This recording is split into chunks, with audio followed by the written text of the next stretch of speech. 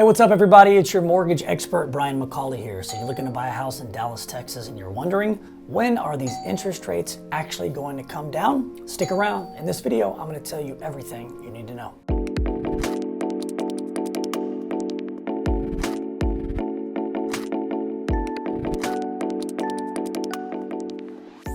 So as the DFW housing market continues to heat up, people are still talking about the hottest topic in town, which is, when are these interest rates actually going to come down? So in today's video, I want to talk a little bit about when I project them to start to trend down, why they're stuck, what would make them come down, when do I think the bottom will be, what do I think the rates will actually be at the bottom, and what does the housing market look like at that time?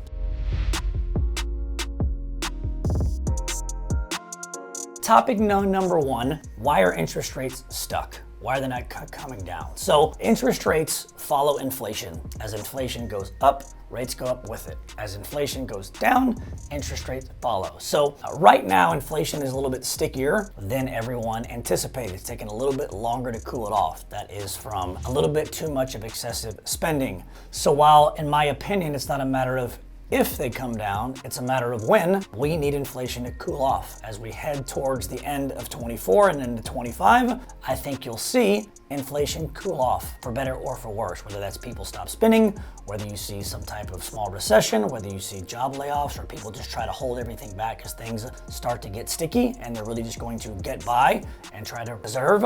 I think that's what you will see when you start to see inflation come down. Now, I think it's at its peak. I think it'll only hang around for a little while longer, maybe a few months. But at the end of the day, what we're going through right now from an inflation standpoint is just not sustainable. So I think we're going to start to see that shrink back here in the near future. How quick in advance after that? Will it stay like that and continue to trend down? We shall see. And so what's happened a little bit in the past is obviously inflation was on the rise quickly, rates followed, it's plateaued, then it kind of goes up, down, right? So Christmas last year, rates started to come down a tad, then you got some of this spending, then you got the war, and you got a couple of things back and forth that, it can't unhinge itself. It will go up a tad and then it looks like it's going to be good. And jobs numbers change it, and then there's a little bit bill for spending, and then people stop spending and it drops. And so it's been hovering and trying to unstick itself about the past 6 months. I think if this was the yield curve of like, hey, rates are kind of at the top and then we're going to start skiing downhill, I think we're here.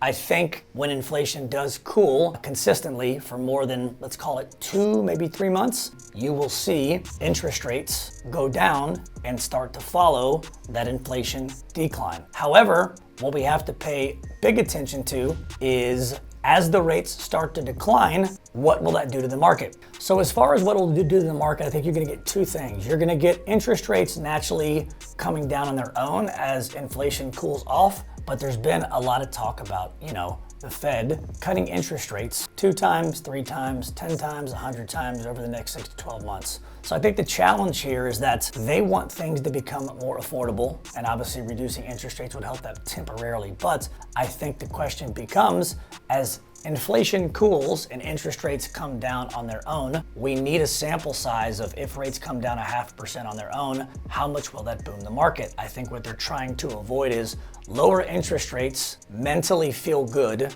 to a lot of people, but the issue is, if they're not currently a homeowner right now, they try to take advantage of that lower rate from hypothetically 7% down to 6.5%. What will it do, and what will be the ripple effects in the marketplace? Is that 0.5% going to cause twice as many people to come off the sideline? Is it going to cause that home price to jump up 2%, 5%, 10%? So what we're trying to figure out, and what everybody wants to see, is as inflation comes down permanently, even if it's slowly, and interest rates follow, how much will that affect housing? Will it boom it too quickly, all of a sudden putting current prices up 10% more because of the rates dropping, and now what you saved in the rate, you lose because of the increased price point of the house. You lose any of the closing cost credit that you may or may not get at this point in time.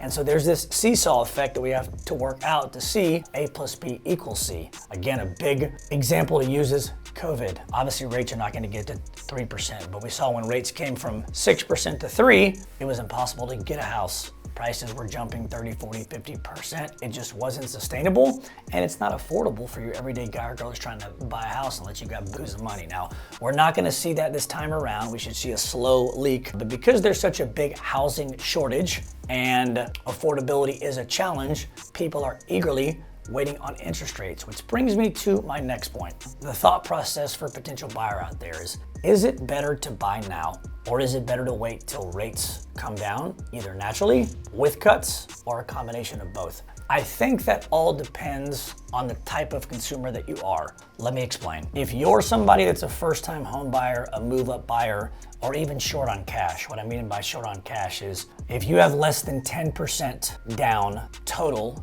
in liquid assets, you might want to think about buying now versus buying in the future when rates are 1% or 0.5% better. Here's why. Again, as rates drop, demand goes up. If you don't have a ton of cash and you need to get a house at an affordable price and you need to put 5-10% down, you need to get the seller to pay some closing costs, and you want options and you want leverage, now is probably the time.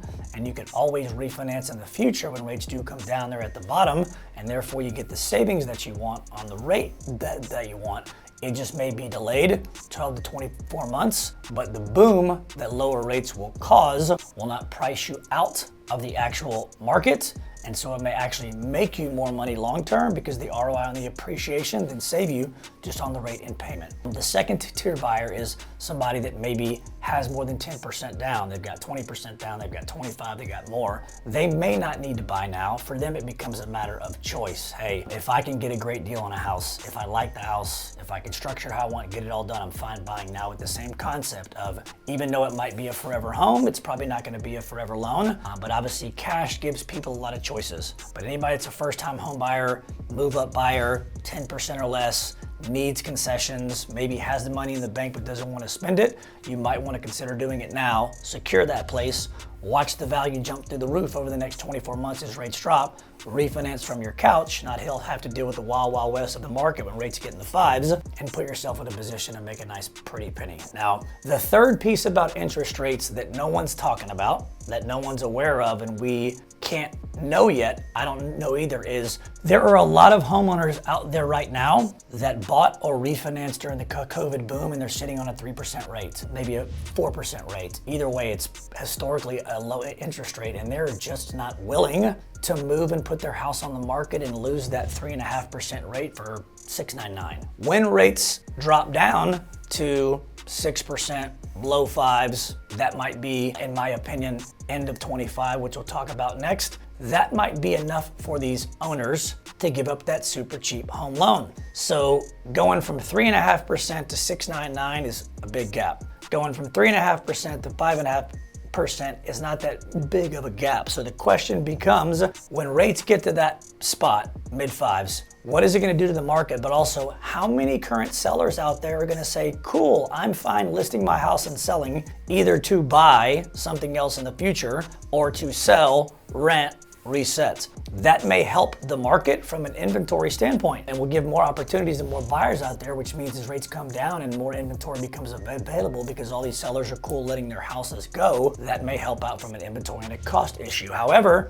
if, let's call it 75% of those sellers want to become buyers again, and only 25% of them either sell and relocate or move out of the city or even rent, you're still gonna have to find new homes for those existing owners, which obviously puts us back right in the situation that we're in now, which is there's not enough inventory, AKA there's a lot more human beings than there are houses. But that is a variable that we all don't know how it's going to affect the market for better or for worse, which is everyone is sitting on a 3.5% rate. They want to buy, but they've made a ton of money. They just don't want to pay $699 for a new one. So as rates continue to trend down, what are they going to do? When are they going to list? And how will that affect the overall market? Short term, but also long term.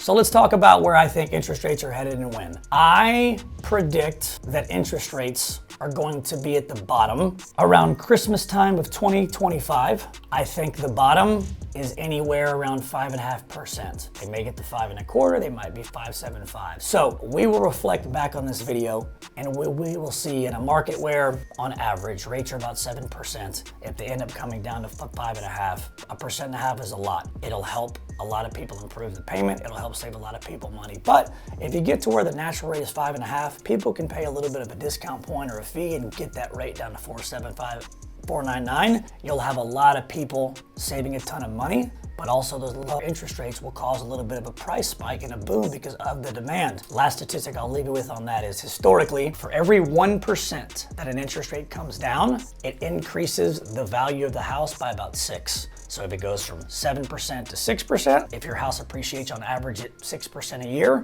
as it drops 1%, it increases 6. So obviously that 6% would become 12%. So if you got obviously a $500,000 house and you buy it now, and it goes from 7% to 6% in a year, if that house normally appreciates at 6%, you'd be looking at $530 in a year. But if the rates drop 1% in that year time, obviously you'd be looking at an additional 30K plus. So that house is gonna obviously jump from 5 to maybe 560, 570, depending upon the specific area. So remember, that's not a bad trade-off as a homeowner.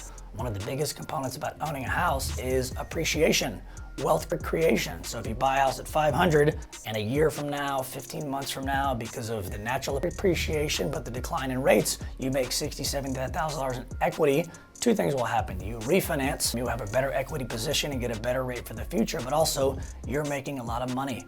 Now, if that 6% comes down to 5.5, 5.25, you know, that $500,000 house may be $600,000 in 18 months. So for those that are looking to buy a house, the rate is important, the payment is important, but everything else that we just discussed on this video is equally important. And so depending upon your timeline, depending upon your price point, depending upon your needs, I want you to pay attention to everything in this video because buying a house is not always just about the interest rate. So listen, hopefully you found this video useful. If you did, do me a favor, share it with somebody that you know that could benefit from this information. Drop a comment below, like, subscribe, and if you want to have a conversation around the future of the housing market, where I think things are headed, or just even talk about your personal goals or get a pre-approval, do us a favor, call us, email us, text us. We're always here for you. Until next time, stay tuned.